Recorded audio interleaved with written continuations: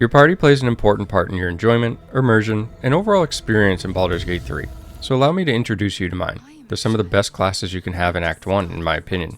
With their help, Act 1 was not only completed with ease, but thoroughly ransacked, finding some of the strongest and most powerful equipment available to continue the journey. Now, be mindful that all the equipment shown in this video isn't needed to progress through the game, and that the intent of this video is to show you what is possible and give some ideas for party composition for anyone who might be looking. While the races do influence the dialogue and combat to a degree, they're far less important than many believed at first in terms of completing your playthrough. I'll mention any notable skills that these particular characters give us access to in the guide, but if you prefer a different choice, I'd recommend playing what you prefer. Any companions can be used as well. I've simply chosen 3 to see the interactions they have with each other on this playthrough. First up is a Barbarian. This class is a powerhouse early on, and I'd recommend keeping this a pure single class, at least for now. If you choose Berserker as your subclass, you'll get Frenzied Strike, which allows you to make an additional attack per turn as a bonus action.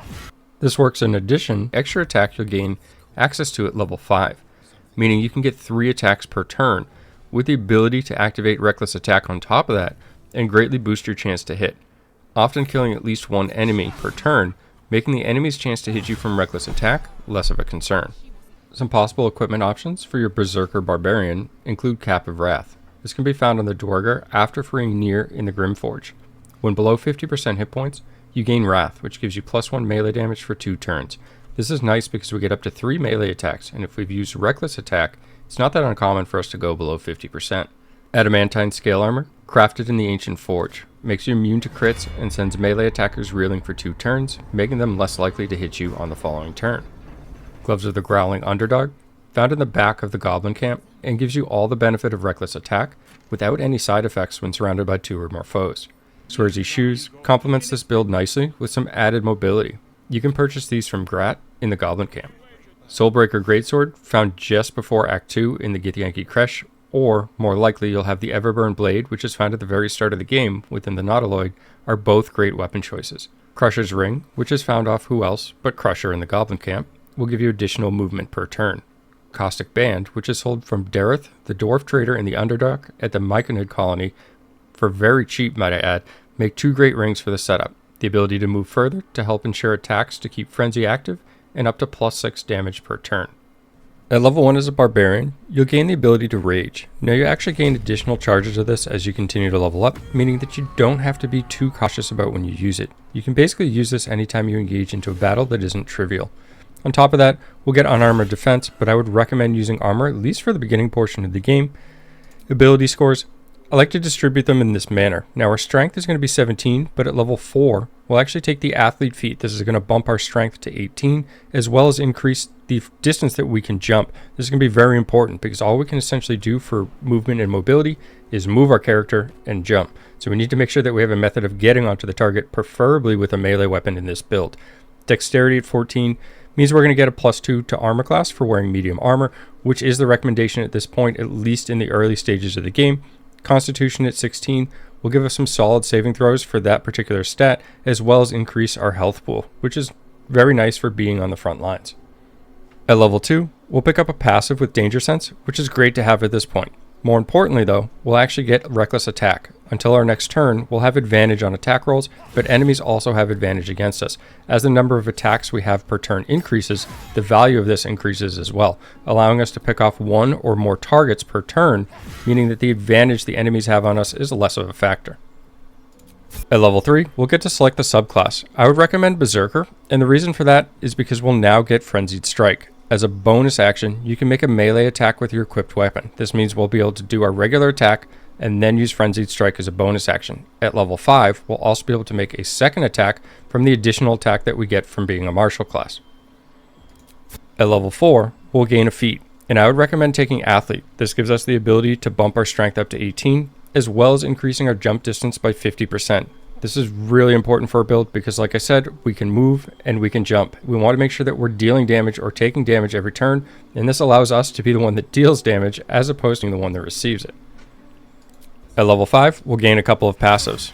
The all-important extra attack, bringing us up to 3 attacks per turn, as well as fast movement. We'll gain 3 meter movement as long as we're not wearing heavy armor, and as I've said before, medium armor would be preferred at this point. At level 6, we'll gain another very nice passive, and this is Mindless Rage. While frenzied, you can't be charmed or frightened, and Calm Emotions no longer ends your rage. Just a nice utility thing to have to keep your character in the state of being frenzied and allow you to deal more damage. Now you may or may not hit level 7 during the Act 1, however if you do, you'll gain yet another passive, which is great for this class. You gain +3 bonus to initiative, and you can no longer be surprised. Just very nice for you to start the turn off or start the round off first and allow your character to pick off enemies before they even get a chance to act. Next up is our Cleric.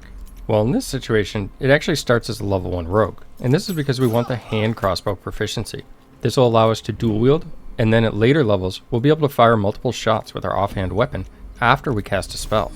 At level 2, we'll begin to take Cleric levels, and we'll do this until level 6 when we have a level 5 Cleric, level 1 Rogue.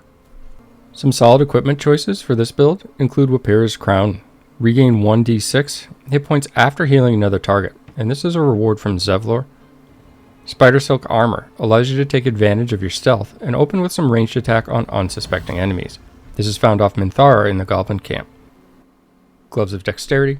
This piece is incredible for allowing you to allocate your stat points differently to allow your character to be more powerful. Purchase these from the Quartermaster within the creche at the Mountain Pass. Boots of Striding, and there's strong synergy here with the number of concentration spells we'll have access to as we get higher level. The increased movement speed is also nice for positioning ourselves or weaving around targets with something like Spirit Guardians. These boots are also found off Minthara. Adamantine Shield, crafted at the Ancient Forge, and prevents critical hits and sends enemy reeling for 2 turns if they hit us within melee range. Amulet of Misty Step allows us to teleport as a bonus action, and since we'll soon get an additional one, we can reposition and then land attacks for more damage. This can be found near the Ogre that hides the passage for Priestess Gut to the Underdark. Strange Conduit Ring, synergy with concentration yet again, and this time we get double the effect since we're dual wielding hand crossbows. You can loot this after the battle with the Creche Inquisitors. Ring of Salving, purchased off Omelum in the Underdark. These extra 2 hit points per heal will add up over the course of your playthrough. Hand crossbow +1, and this is in both weapon slots. These are available from Damon in the Emerald Grove, and if you check back, you'll eventually see that he has another one in stock. At level 1, we're gonna select Rogue, and we're just gonna put 1 level into this for now. This is mainly for proficiencies, whether it's the weapon proficiency for hand crossbows, or the skill proficiencies you get to select as well. The stat allocation, we're going to go with the assumption that you do not have the Gloves of Dexterity at this point. Once you acquire them, you would want to dump all of the points in Dexterity and place them elsewhere. To begin the game off, you'll want to put 16 into Dexterity. Wearing light armor, this will give you 3 additional armor class. Constitution of 14 will give you some additional hit points, and a Wisdom of 16 will just improve your overall spellcasting and your spell slots. For skill proficiencies, we're going to double up on Sleight of Hand as well as Stealth. And then I find Perception as well as Acrobatics are good choices for this character. At level 2, we'll put our first level into Cleric, and we'll do this for the next 5 levels up to character level 6. We'll get the ability to select some cantrips. The best cantrip in my opinion is Guidance. An additional 1d4 bonus to ability checks can be used during dialogue for your dice checks. Absolutely huge over the course of the game. Resistance as well as Blade Ward. These 2 are optional. I would say Blade Ward has more flexibility to be swapped out than perhaps Resistance, but overall this is ultimately up to you. As long as you select Guidance, you're in a pretty good spot.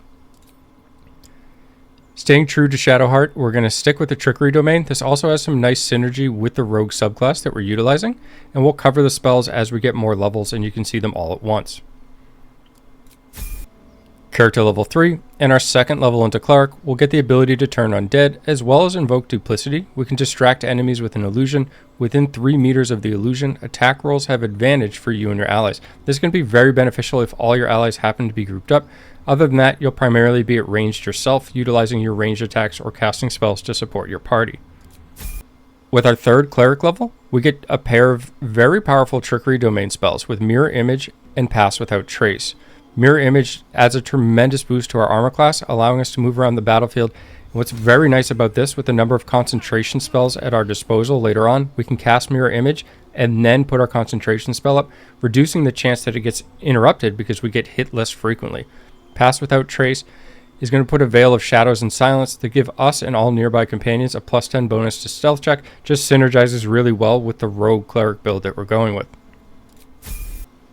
Character level 5, with our 4th level on Cleric, we'll get to select another cantrip as well as a feat. For the cantrip, again, you could really choose whatever you prefer here. I like to take a little bit of utility with light. And for the feat, I really like Warcaster. The other option here that I feel strong about is ability improvement, to put 2 additional points into wisdom. However, I find just the value of Warcaster tremendous, especially as your level increases.